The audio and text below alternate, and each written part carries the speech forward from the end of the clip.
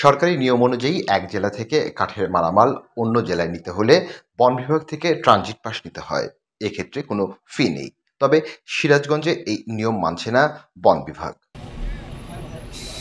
ফার্নিচারবাহী truck ও pickup থামিয়ে এভাবেই প্রকাশ্যে টাকা নিচ্ছে বন বিভাগের লোকজন।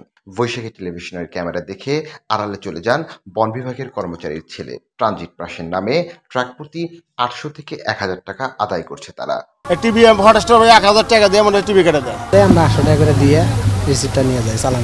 টাকা না দিলে মিথ্যা অভিযোগে করা হয় জরিমানা। তাই বাধ্য হয়েই চাঁদা দিয়ে ফার্নিচার পরিবহন করতে হয় তাদের। মহাসড়কে এই চাঁদাবাজির থেকে মুক্তি চান সংশ্লিষ্টরা। আমি 1 ঘন্টা হলো বসে আছি, এই রিসিপ্টটা যদি না নেই সিরাজগঞ্জ আমাদের গাড়ি জব্দ করা হয়। টাকা নেওয়ার কথা অকপটে স্বীকার করেন বন বিভাগের এই কর্মচারী।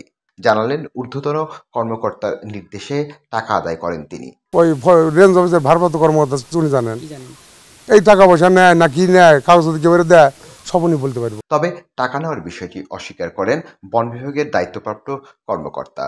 তিনি কিছুই জানেন না বলেও দাবি করেন। কেউ ফার্নিচারেরটা নেয়, কেউ গোলাই কাঠেরটা নেয়, ওইভাবে নেওয়া হয়, কিন্তু ওই টাকা যে নেওয়া হয়, টাকা নেওয়ার সম্বন্ধে আমার কোনো জানা নাই।